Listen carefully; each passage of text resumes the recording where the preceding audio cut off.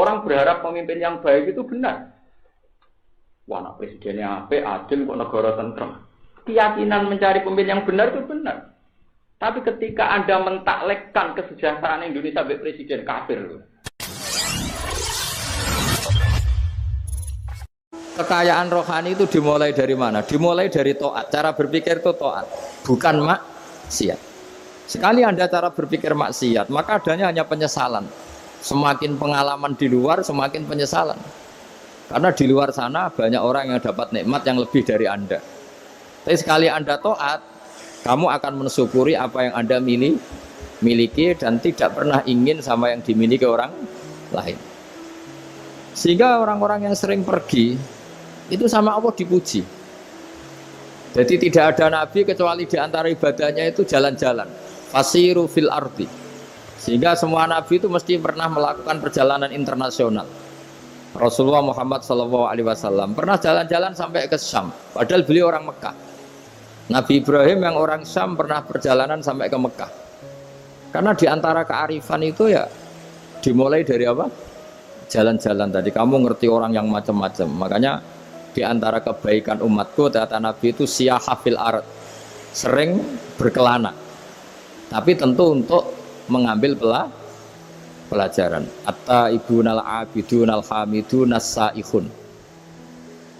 Nah, agama mensupport itu. Sehingga kata Nabi, jika ada orang kok sholat qobliyah, ba'diyah semuanya di masjid, sama Nabi ditegur, la taj'alu buyutakum kuburan. Rumah kamu jangan jadikan kuburan, harus dapat jatah apa? Sholat. Kata ulama, kalau ada orang sering sholat di satu titik, itu ditegur. Kamu harus ganti titik yang lain, supaya saksi bahwa kamu di bumi sholat itu banyak. Jadi kita ya punya nilai positif juga tentang apa? Karena kita sering siyahah, kalau bahasa Arabnya itu sering keluyuran, saksi kita kebaikan juga banyak.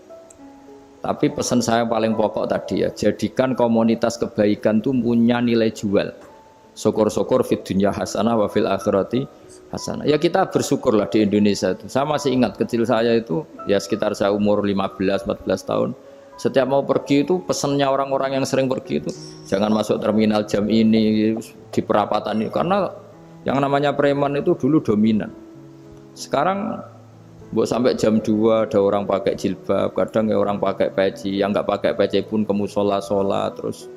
Yes, pokoknya kebaikan itu jadi komunitas dan jadi nilai jual. Bahkan tadi, misalnya ibu-ibu yang pergi malam itu kan mesti ada orang-orang yang jadi langganannya karena terkenal apa? Amanah. Yang dititipi anak juga pilih orang yang terkenal apa? Amanah. Nah, nilai amanah ini harus kita jaga terus.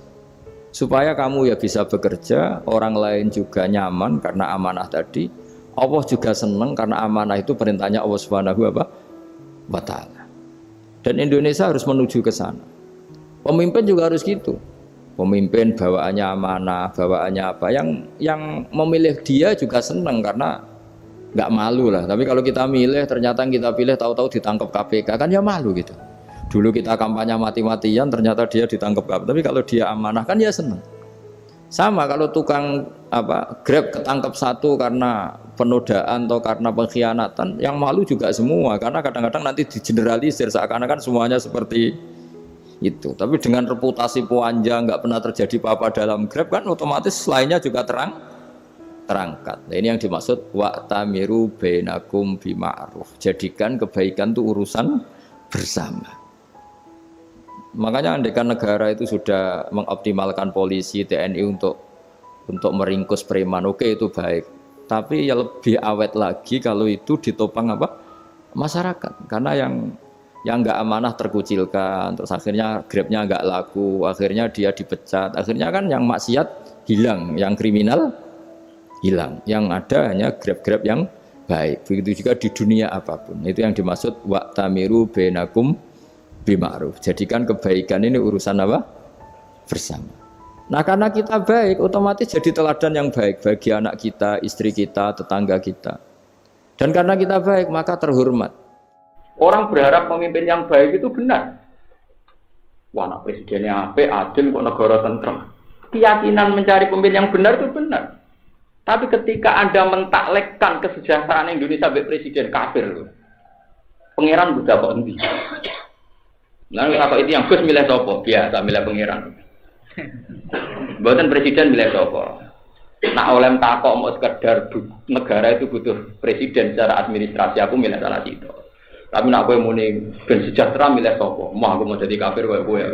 Sejahtera ora aku hak wae urusane napa? Nah itu keliru. Kenapa kita bertaruh urusan tauhid hanya untuk pilihan apa? Pilihan presiden itu penting dalam aturan negara, tatanan negara. Memang kalau presidennya baik, kita berharap baik. Tapi kamu jangan melupakan kata berharap.